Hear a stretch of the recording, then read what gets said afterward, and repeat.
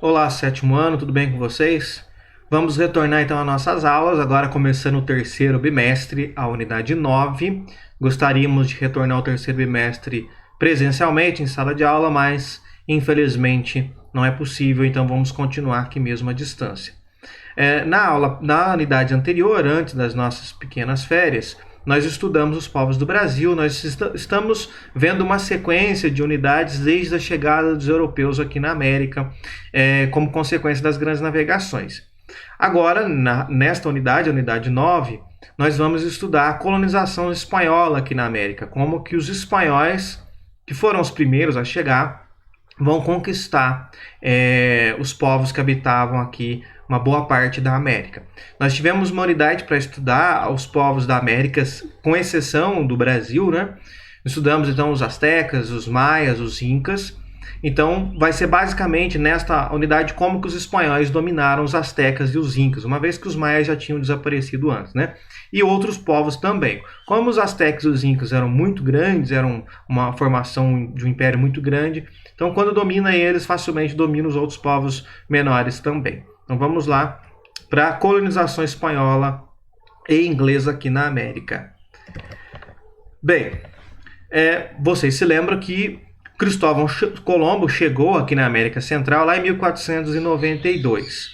E aí ele já estabelece ali uma primeira povoação espanhola, que ele vai chamar de La Espanhola, e após ele, muitas outras expedições vieram então para o Novo Mundo em busca de riquezas. Vocês se lembram que o Cristóvão Colombo tem aquela história, ele morreu acreditando que havia chegado às Índias e não no novo continente, mas não demorou muito tempo com outro navegador chegar à conclusão que aqui não era a Índia, e sim um novo continente, e passa então a chamar esse lugar de Novo Mundo, e viram que aqui tinha grande potencial para obter riqueza.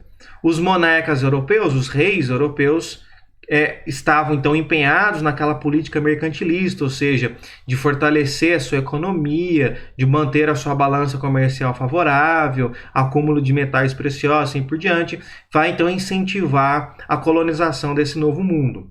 E aí haverá então a conquista dos astecas e dos incas. Bem, os astecas, para começar, quem vai conquistar vai ser um europeu chamado Hernán Cortés. Ele vai chegar no atual México em 1519, lá na América do Norte, e aí ele vai ficar sabendo da notícia das riquezas que os astecas tinham. Os astecas tinham muito ouro, embora a relação que os astecas tinham com o ouro é bem diferente dos europeus. Para os astecas, o ouro ele era importante, valioso, muito mais pela sua questão estética, por ser um metal relativamente fácil de manusear, é um metal mole e tudo mais, e é muito bonito, a sua cor é muito atrativa. E para os europeus ele tem uma importância monetária, vale riqueza esse ouro. Quando Hernán Cortés chega na região dos astecas, ele vai ser recebido na capital asteca, a cidade de Tenochtitlan, que era a principal cidade dos astecas, e ele foi muito bem recebido, porque os astecas acreditavam que o Hernán Cortés, vendo ele, a sua aparência física muito diferente, suas roupas e tudo mais, aquilo impressionou bastante os astecas, e eles acreditavam que o Hernán Cortés era representante da sua principal divindade, do seu principal deus, que era o deus Quetzalcóatl. Então, quando eles viram o Hernán Cortés, acharam que ele foi enviado pelo seu principal deus. E aí receberam ele de braços abertos. O Hernán Cortés veio com 11 navios, 600 canhões, 16 cavalos, 2 intérpretes e mais 600 soldados. Uma curiosidade interessante, os cavalos, aqui no nosso continente, não tem cavalo. Então, não é um animal típico da América. Portanto, os astecas nunca tinham visto um cavalo na vida. E a primeira vez que muitos deles viram cavalos, eles viram cavalos com um homem montado em cima. Então, no primeiro momento, eles ficaram espantados de ver o cavalo com um homem montado em cima, porque eles ainda não percebiam que era um ser humano em cima de um cavalo, eles achavam que era um animal só.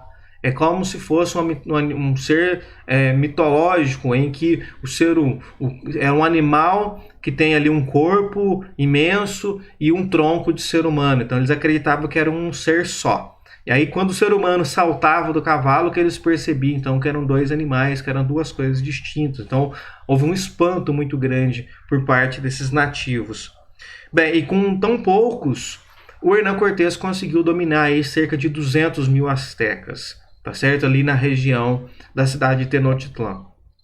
Embora ele tivesse um exército muito menor, ele tinha vários aspectos que lhe davam vantagens. Por exemplo, o uso da arma de fogo. E a arma de fogo não só pelo dano que ela causava, mas porque os astecas se espantavam só com o barulho da arma de fogo. Então só o som, o barulho da arma de fogo já fazia com que eles fugissem e corressem dos espanhóis. Usavam também, além da arma de fogo, armaduras, cavalos, cães ferozes e assim por diante. Bem, o Hernán Cortés vai aproveitar algumas intrigas que tinham entre as tribos que foram dominadas pelos astecas e estavam descontentes com os astecas. Ou seja, eram também inimigos dos astecas. O Hernán Cortés vai então se aliar com essas tribos que não gostavam dos astecas e vai então ampliar o seu exército utilizando os próprios nativos para combater os astecos.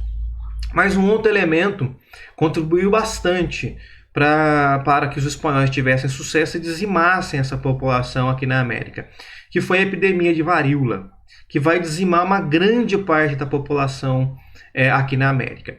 Veja, nós estamos todos, cada um nas suas casas, por conta de uma nova doença que apareceu. E por que nós estamos longe? Porque essa doença, nosso organismo, nosso corpo, não tem um mecanismo para se defender dela. Então, se pegar essa doença, existe a chance de morte. A varíola era a mesma coisa, os espanhóis vieram para cá e os nativos da América não tinham no seu organismo uma defesa dessa doença. De forma que quando eles pegavam, era praticamente fatal. Quando eles pegavam, era a morte certa. E por se tratar de uma doença contagiosa, essa doença se espalhou rapidamente entre os nativos. Então veja, os espanhóis tinham uma defesa no seu organismo da doença. Os nativos não. De forma que, então, vai matar muitos por conta da doença e aí vai contribuir para essa vitória dos espanhóis. Veja, o estrago que os espanhóis fizeram aqui na América, tanto por conta da violência, quanto por conta da doença. A população dos astecas, antes dos espanhóis, era estimada em 15 milhões de pessoas. Só para vocês terem uma noção, só a região de São Paulo tem 15 milhões de pessoas. Então, uma população muito grande. Nas primeiras décadas da colonização, em 1521, de 15 caiu para 4 milhões. Mais algumas décadas depois, em 1581, caiu para 2 milhões de pessoas.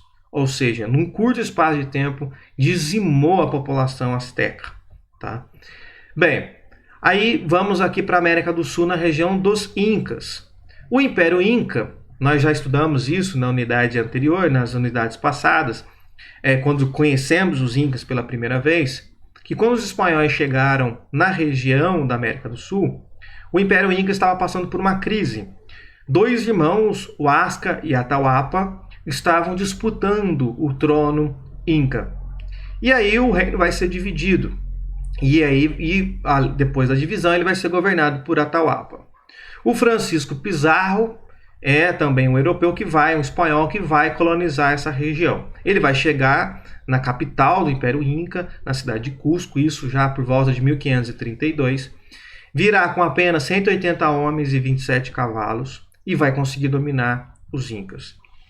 Ele também, assim como aconteceu com Hernán Cortés, vai ser confundido com uma divindade, com o deus Viracocha, que era um dos principais deuses dos Incas, tá certo? E aí isso ajuda na dominação, porque o que acontece? Os dois povos vai receber muito bem os espanhóis. Por acreditar que eles eram divindades ou representantes de divindades, colocam eles dentro do império, de forma que os espanhóis puderam observar os pontos fracos, conhecer quais eram os elementos que eles podiam tirar vantagem da dominação depois. Então isso ajudou bastante a dominação dos espanhóis. O Francisco Pizarro, vai usar essa crise, essa disputa entre os dois irmãos ao seu favor. Então ele vai usar essa disputa pelo poder entre os Incas, de forma que ele vai se aliar a um lado, para que eles então se dividissem definitivamente, porque quando divide enfraquece. Então ele toma partido de um lado para que esses ajudem a dominar o outro, e aí quando domina o outro, eles também enfraquecidos são dominados. Vai também utilizar armas de fogo, uma novidade que os incas não tiveram, não conheciam. Muito bem, então nós vimos a dominação dos astecas e dos incas, os dois principais povos que existiam aqui na América, os dois maiores pelo menos, existiam muitos outros, e esses outros, claro, também vão ser dominados pelos espanhóis. Na próxima aula nós vamos ver como que os espanhóis, depois dessa dominação, vão começar a administrar e explorar esse território na América para obter riqueza.